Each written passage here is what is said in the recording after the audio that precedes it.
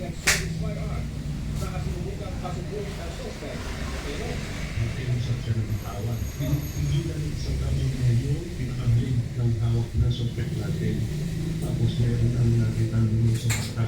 So, pumping him to fire, natamaan yung suspect at nai-release yung mata. agad dinala sa ospital ang 6 na taong gulang na biktima na ayon sa pulisya ay nasugatan sa pisngi at braso dahil sa patalim ng suspect. Ayan na, sabi mo kanina, konti na mantika o ayan. Dalawang ano yan, ilang liters ba ito sa isang galon?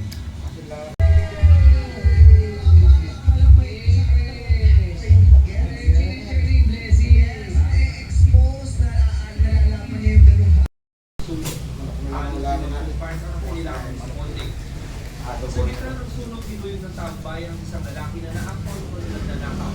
Dinala siya sa barangay para magamot matapos magtamo ng mga sugat sa ulo. Kalaunan itinurn over siya sa pulisya, hindi na siya nakuna ng paya. Maghahating na bila na ideklara ng BFP o Bureau of Fire Protection ng fire under control. Sa compound po na ito, kung neto ilang mga bumbero na kayong ayuda. at kinilangan nila. Nabigyan na kayong ayuda. Oo, yung sa munisipyo. Sa mga sunog sa bahay. Huwag ka basta akin na lang lumakas yung apoy. Marami na nangyayari sa libo. Bigla sa lumo yung apoy. Parang yung hamila parang tabi-tabi lang binilig. Wala siyang balo nila. Masabi nga lang na nagbigay. Masabi lang na nagbigay. Kahapon, nakuha mo kami dyan sa puno. Ayon sa BFP, Nagpila na, sabi 23 pa. apektado ang nasa 150 pamilya. Kahapon lang. Ilan pang sa hinga po. Mapapansin yung alley lang po kasi siya eh. Talagang maliit po. Most natin kailangan po pag... Sabi ni ate sa'yo ni 23 pa daw. Sa gitna kasi nga... Kahapon, pagbigay ng tika sa Alauna 39 na madaling araw na tuluyang maapula ang sunog. Para sa Jimmy Breaking News, James Agustin nakatutok, 24 oras. 243 billion pesos ang inilagak ng pondo ng BICAM para sa unprogrammed appropriation sa pangkalan sa liban ng national budget. Sa kabila po yan ng pagdugong na ilang kongresista dahil nagagamit naman ito sa aktibong ilaan dahil po na nangyari sa flood control project. Ang paglilinaw niya ng isang senador sa pagtutok ni Mag Gonzales. Sa diskusyon ng BICAM, ilang beses pinuna ng ilang mambabatas ang unprogrammed appropriations o mga proyektong wala pang tukoy na pakukunan ng pondo at mga aring pondohan kung may sobrang kita o foreign loans na makuha ang bansa. Nagagamit daw kasi ito sa anomalya, gaya ng flood control project. Mr. Chair, yes. Akala ko ba, Mr. Chair, wala na tayong unprogram this year. Bakit lumalabas na naman ito? Ito yung naging issue last year. Pero sa Senate Finance Committee Chairman Senator Vic Gatchalian, ang Strengthening Assistance for Government Infrastructure and Social Programs o SAGIP ang pinagbubulan noon ng mga anomalya. Noong 2024, mayroon pong allocation na 225 billion pesos. In 2025, 160 billion pesos. At dito ko kinuha yung mga flood control projects dahil po dyan sa kontrobersiya, tinanggal na ho natin yung strengthening assistance for government infrastructure and social programs again. Ang natira na ng area sa unprogrammed appropriation ay targeted accounts na meron talagang pagkakatinan gaya ng AFP Modernization Program. Siniguro rin ni Gatchalian na hindi magagamit sa anomalya ang pondo. Lahat ito ay meron pong targeted program. At bawat programa niyan, meron din po yung mga guidelines and rules. No? So, hindi po yan pwedeng i-divert sa flood control o sa iba pang mga programa. Sa huli, 243 billion pesos ang inilagak sa unprogrammed appropriations. Samantala, ayon kay Gatchalian, marami pa rin ahensya at mga politiko na nagpapahabol ng proyekto mas ginoong BICAM. Iba-ibang proyekto pero hindi mo naman gaya ng school buildings. Ayaw mo na sabihin, no? But meron din, nakukuha maraming text. Legitimate to, wala itong ghost project, wala itong flood control, wala. Mga legitimate to. Pero ang aking punto sa kanila, hindi na natin pwedeng gawin yan sa BICAM. Dapat bakit nyo yung kausapin yung inyong RTC, kausapin yung DepEd yan, kausapin yung DepEd, at dumaan tayo sa proseso. Sa December 28, babalik ang Kongreso para sinamahan ng Enrolled Bill ng 2026 National Budget bago ipadala sa Pangulo. Wala sila tiyak na walang ibibito ang Pangulo dahil coordinated area ito sa ehektibo. Para sa GMA Integrated News, Tab Rosales, Kapitulo, 24 oras. Hindi talaga pantay ang pagbigay ng ayuda sa mga tao. Ihanda sa Noche Buena, pero samahan po ng Santa Rosa, Maganda, Kabuyaw, San Pedro. At mula sa Quezon City, nakatutok na Walang pinipili yun. Lahat talaga ng bahay. Pia, dahil ngayon nga ang huling weekend bago magpasko, nagsahan ng ilan natin mga kababayan Kasi nung dyan sa amin, na may kumuha na isang pamilya, 6. Pasko.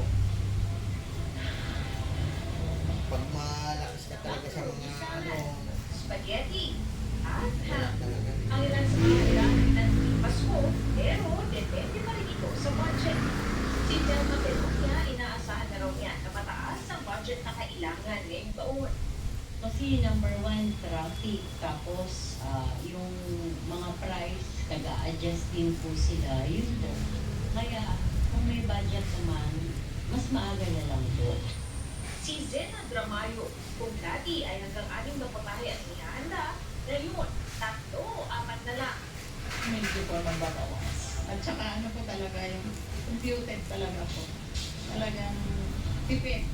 Hindi Sa naman isang maganda. supermarket sa Quezon City, may Kami wala kami ganun eh. Kami din. 375 pesos. Bili ka na ng ulam. 138 pesos. Masarap-sarapin mo lang yung luto. Magkapi na din niya mga hindi pa pwede naman magaling kung pinakailangan. Kami rin.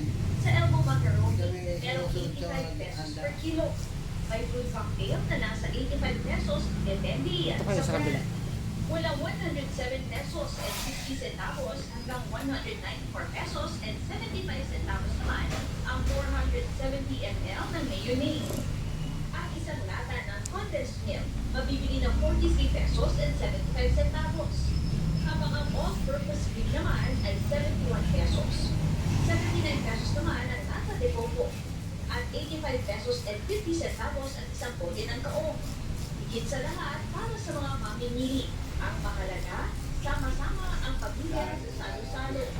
Pagpasko, ito yung kami na buong pamilya magsasama, magsisimba, kakain. Ako, nabili ako ng buko, yung hindi pa New Year. I-stack ko lang yan sa freezer. Pilihan dagdag pa ng ilan sa mga nakausap natin dito na hindi naman daw nasusuka ng dami ng handa o mahal ng handa ang saya tuwing Pasko. Ang mahalaga raw may salo-salo, kwentuhan, Saan kayo nabili? Pia, Doon sa mga bukuhan talaga?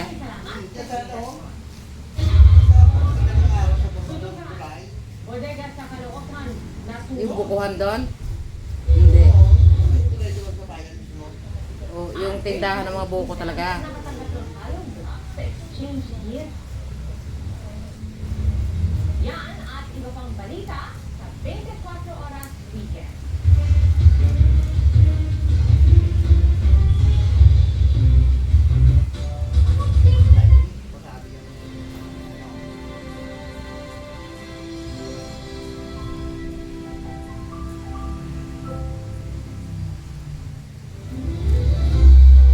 Bisita.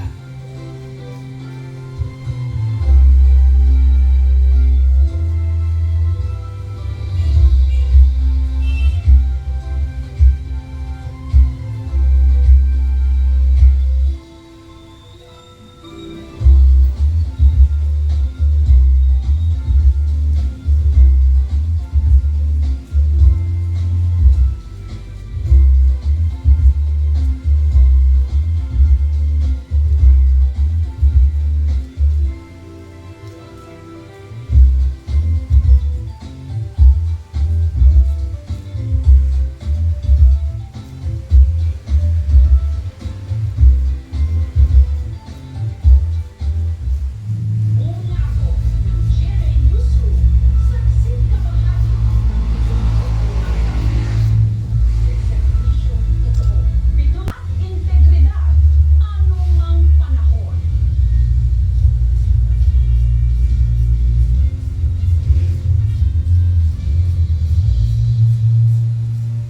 Sobrang karangalan at natanggap ng GMA Integrated News sa 47th Catholic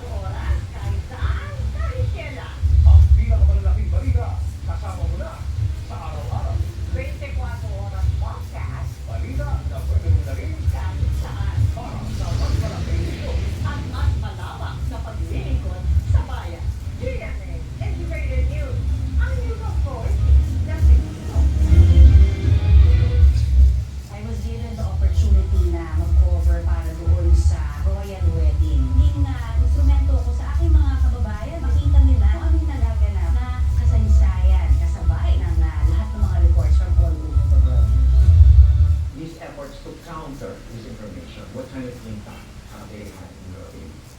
I think it was greatest impact was to create that awareness. In the 2025 Digital News Report, which was finalized,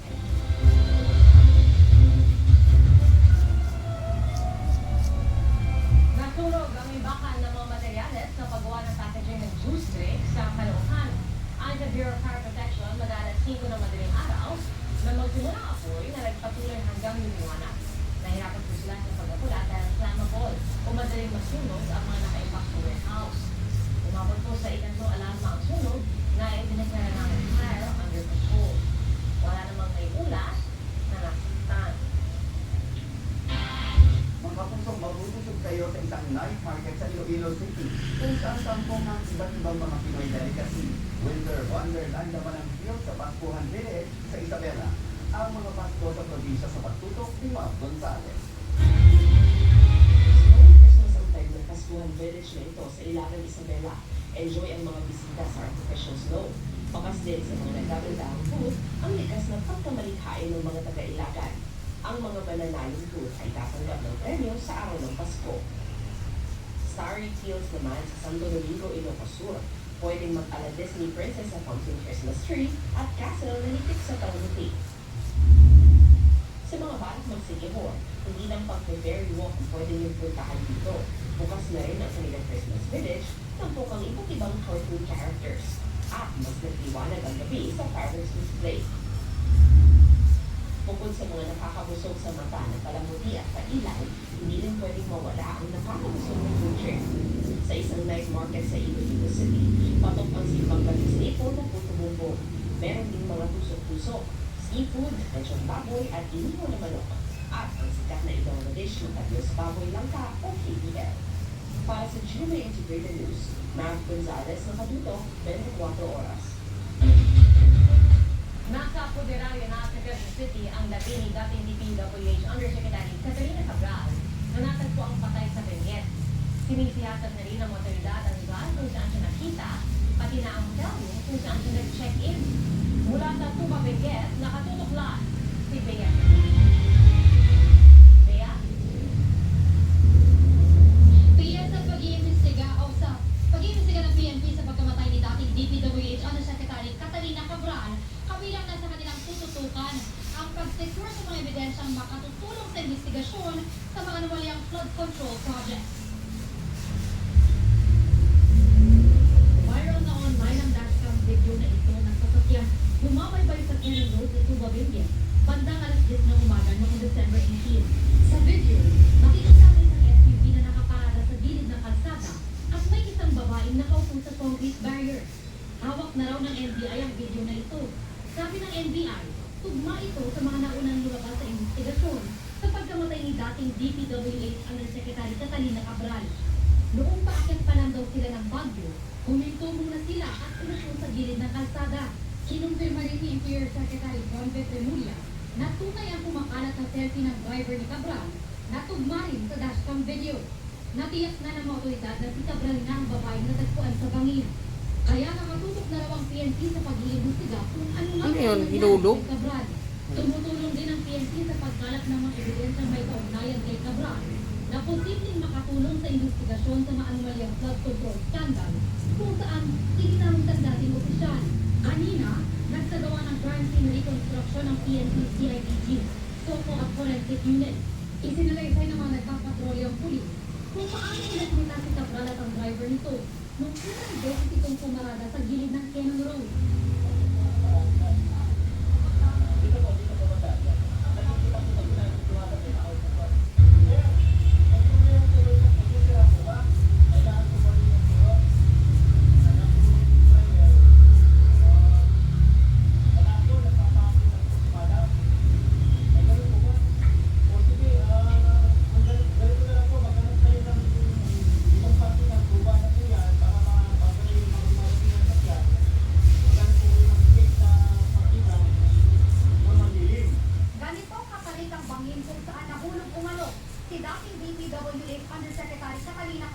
Ayon sa pulisya, nasa 20 hanggang 30 metro ang layo ng kalsada sa bahagi ng ilog kung saan natagpuan si Cabral.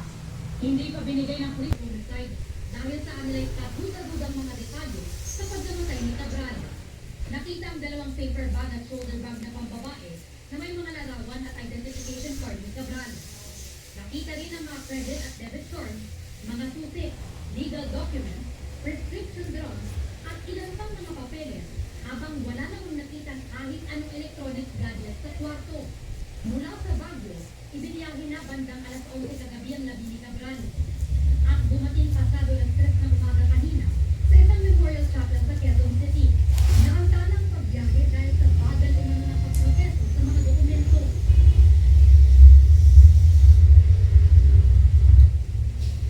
Tiyan nanawagan din ang PNP sa publiko na iwasan ang spekulasyon at hintayin na lang daw ang resulta ng official investigation.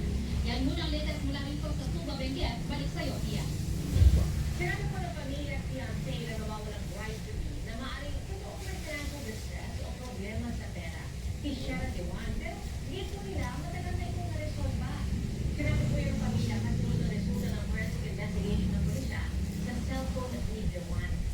Kaugnay naman sa naresolve sa web history ni Dewan na naghahanap siya ng gamot na pwedeng magresulta sa pagkamatay. Hirap ng totoong buhay. Para si Randy sa kanyang unikaiga, kahit kapos na kapos siya, hindi raw ito dapat maramdaman ng anak niya, lalo na tuwing Pasko. Kaya ang gusto namin, pinipilit ko kung kaya ko dito.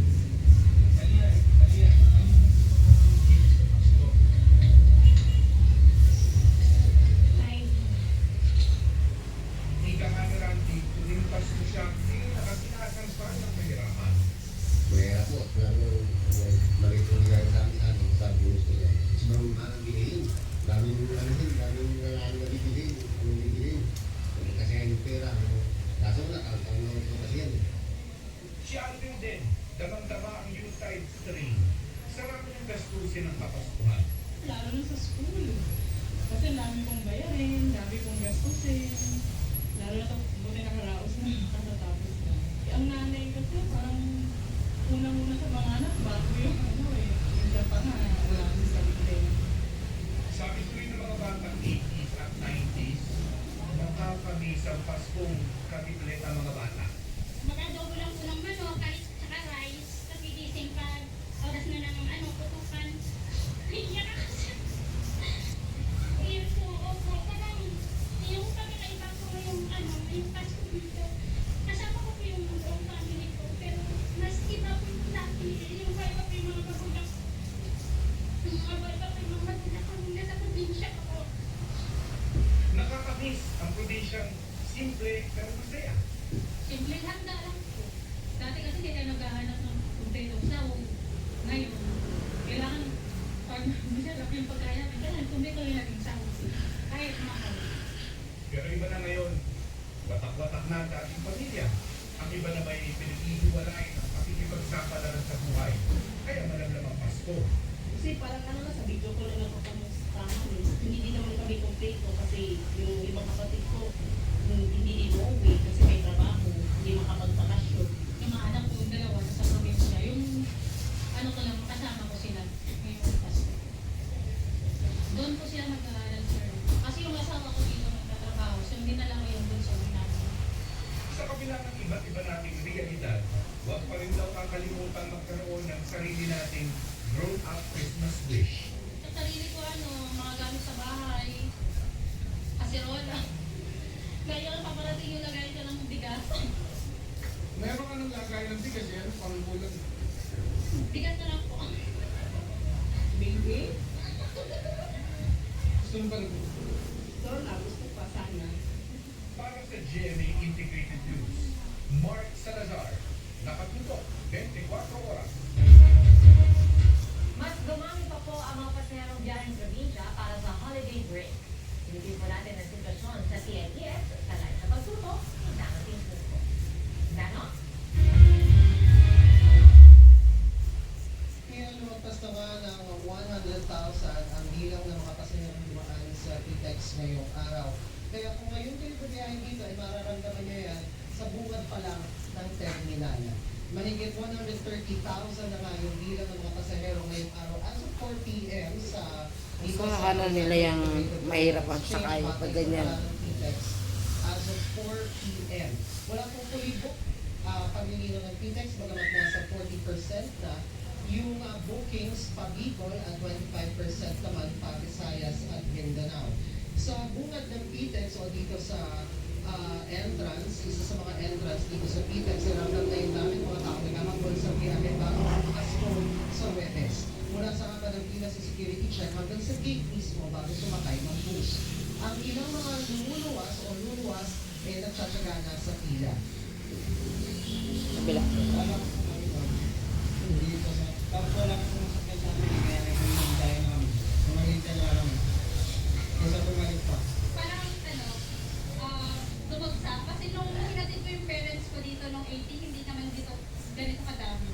Nung December 18. Pero ngayon ko, ang dami na pong ang dami pong tao, parang hindi na kami makalakad.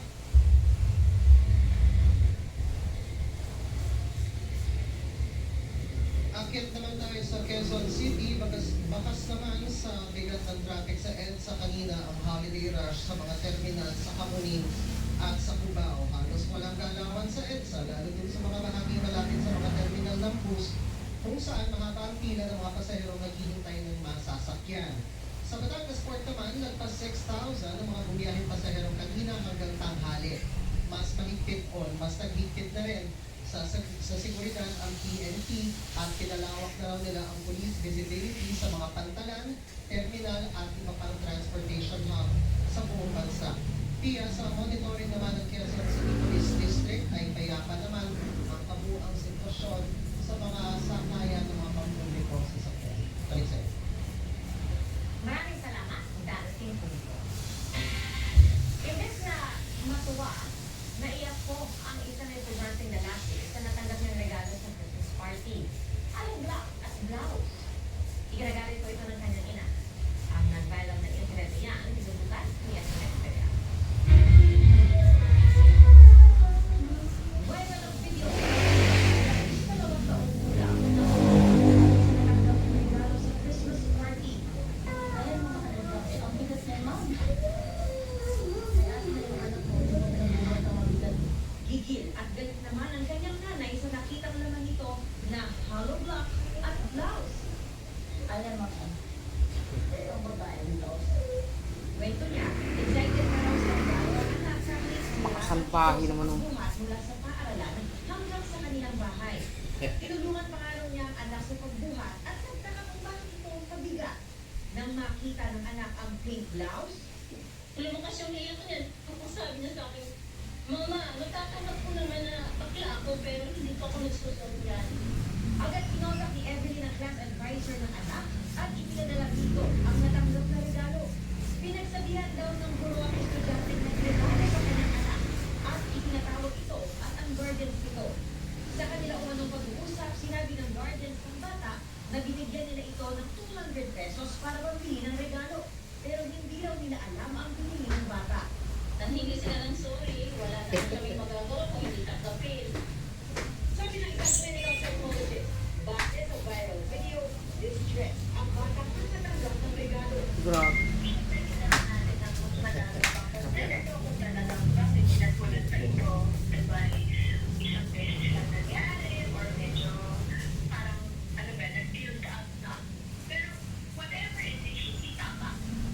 Ayon ng eksperto, lugar, ang pag-prank at pagbibiro.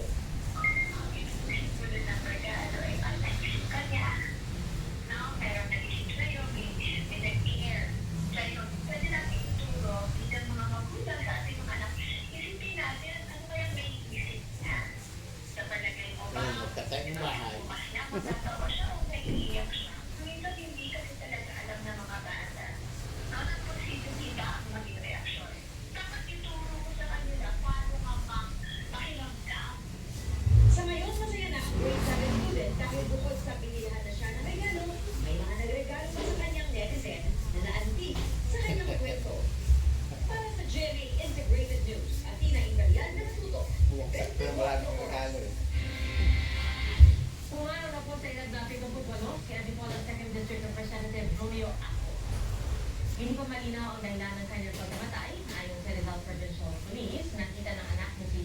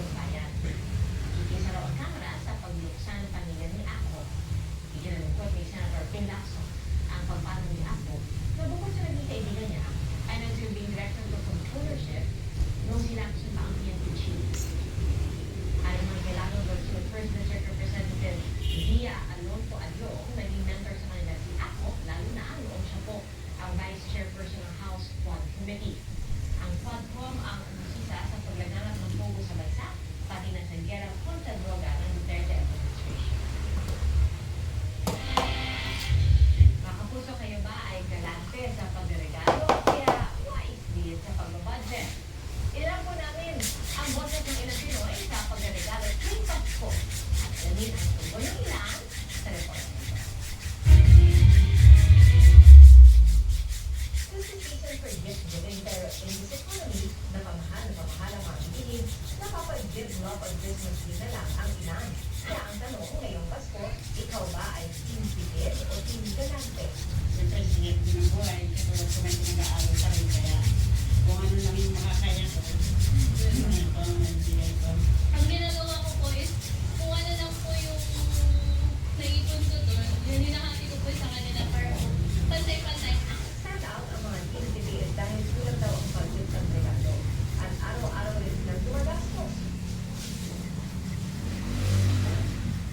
Iba, wala pa raw kasi silang trabaho o kung may trabaho man, walang bonus at 13-month pay. Pero ang isang nanay willing magbigay sa sarili para makapagbigay sa mga anak. Meron pa rin namang team galante, lalo isang beses lang naman kada taon ang Pasko. Panumugod pa na mas ibiliin pa yung gumastos kaysa mapagaraw ang pera niya sa mga kurakot. Actually, depende sa inaanak. Diba? Siyempre, malalaki na yung inaanak. Normally, pera na lang eh.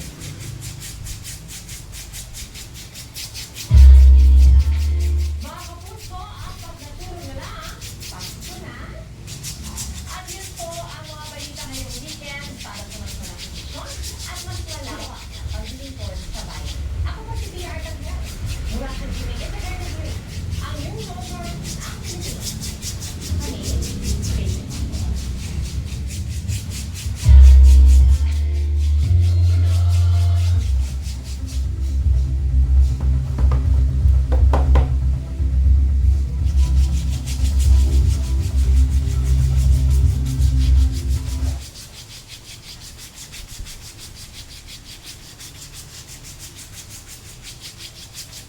I spent years inside the community. This sweet girl everyone loved and never wanted to change.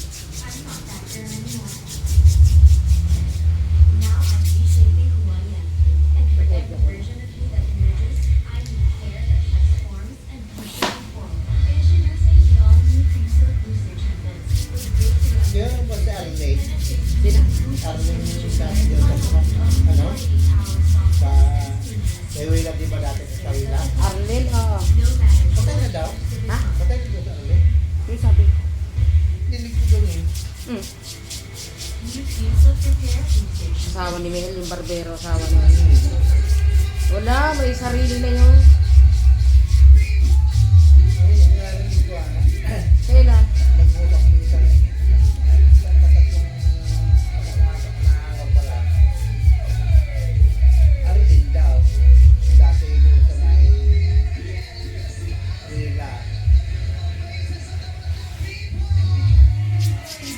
Kilala ko yun. Dahil doon nagpupunta sa amin dahil yung kapitbahay ko sa amin.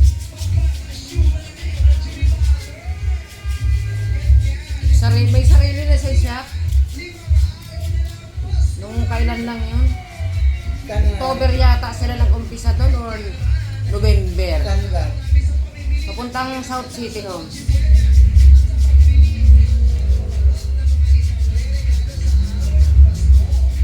Bakit ba rin ay ano? Arlene yung sabi. Yung trabaho daw kami.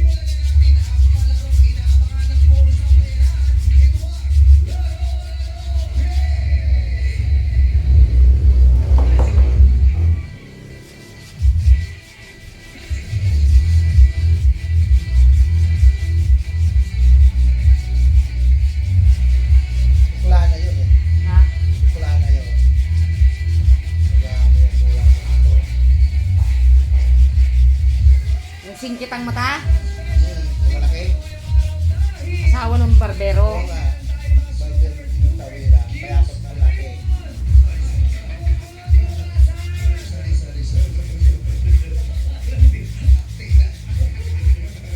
Nag-uusap sila.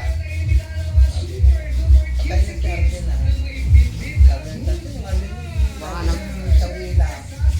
Mga naman, ano lang nila yun. Sabi ng si Arlene, kilala ko yun. Burger yung asawa nun. Bumatot na ako.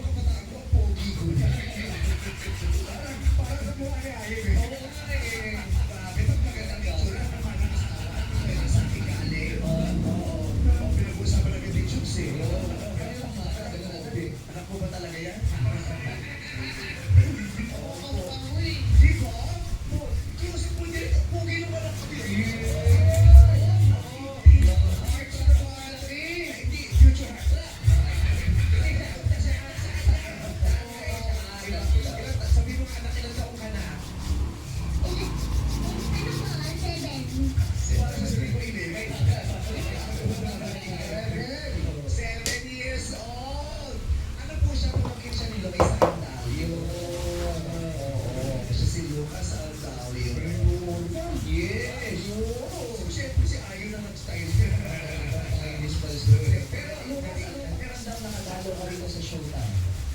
Kaya po. Oh. Pero ka bang birthday wish o Christmas asal? Christmas wish. Matagal nila ano talaga ito, inaantay na ito. Sabi ko sa kanya, pagkatapos natin mag-shooting, sa mga sa show, sabi niya, ano to lang, nilulog pa po ko sa ito. Tapos sabi ko sa ako, prepare ka ng song ha. Ay, napapractice ito. Ulit mo. Tingnan naman yan, bukas. Oo. 1, 2, 3. It's the world, but ending, I'll be next to you.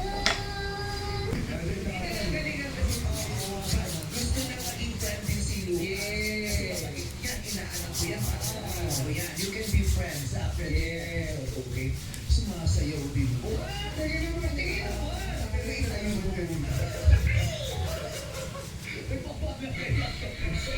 Hindi ko ayaw makusa. Bukas, kamusta ang pakiramdamin namin hindi na makatayo? Okay. Habang sa pagtanong ko, alam mo ba yan? Ako na eh. Panganay natin yan. Kaya panganay mo di ba? Menopause baby pa siya. Ito yung sinasayaw natin, yung TikTok. Ano yan? Pati yung yung Opalite. sasabihan ka na dalawang tsuhin mo. Sasabihan ka sa likod ako, stage mother, di ba? Sayawin mo ako.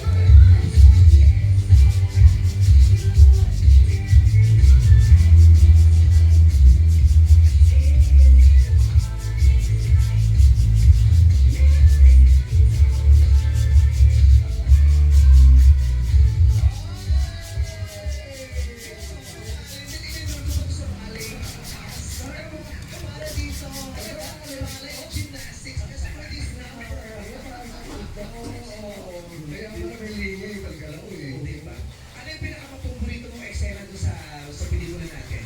Yung ginawa natin doon? Yung nasa-Disneyland po tayo, nang sinakay ko natin yung Slinky. Sino yung mag-meet namin yung mga pinakilala namin sa laro namin? Ha?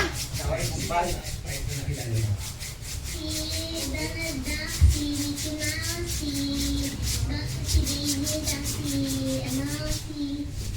Kaemong. Sino ba? si Minnie Mouse, at saka si Goofy. Kaya bakit po ang cute-cute po eksena namin sa Disneyland. Na-meet po talaga namin yung Fast Five. Tapos doon kami nag-shooting mismo sa Disneyland sa Hong Kong. Pero sabi ko, may quick shoot doon. Yes. Kami po yung kauna-unahang Asian movie na pinayagan mag-shoot. Third in the whole world. Wow. Pelikula lang sa buong mundo. Pinayagan Holy Mother.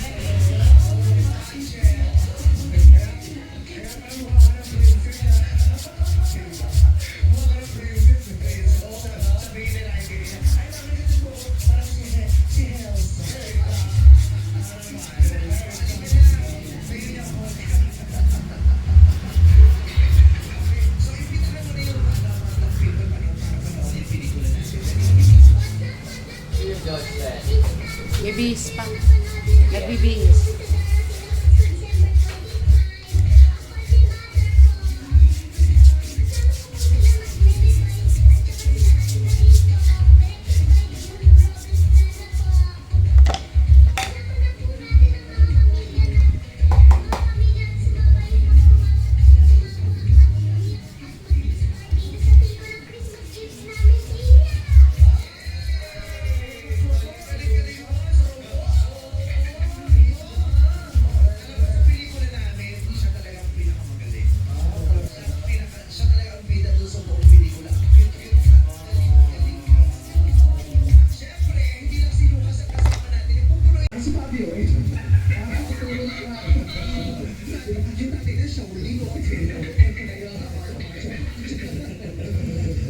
Halika, halika, halika tayo maglalaro na.